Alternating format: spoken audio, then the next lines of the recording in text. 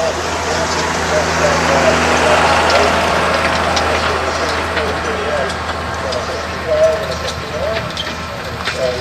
see if we can do the 89 at 15 cents bridge.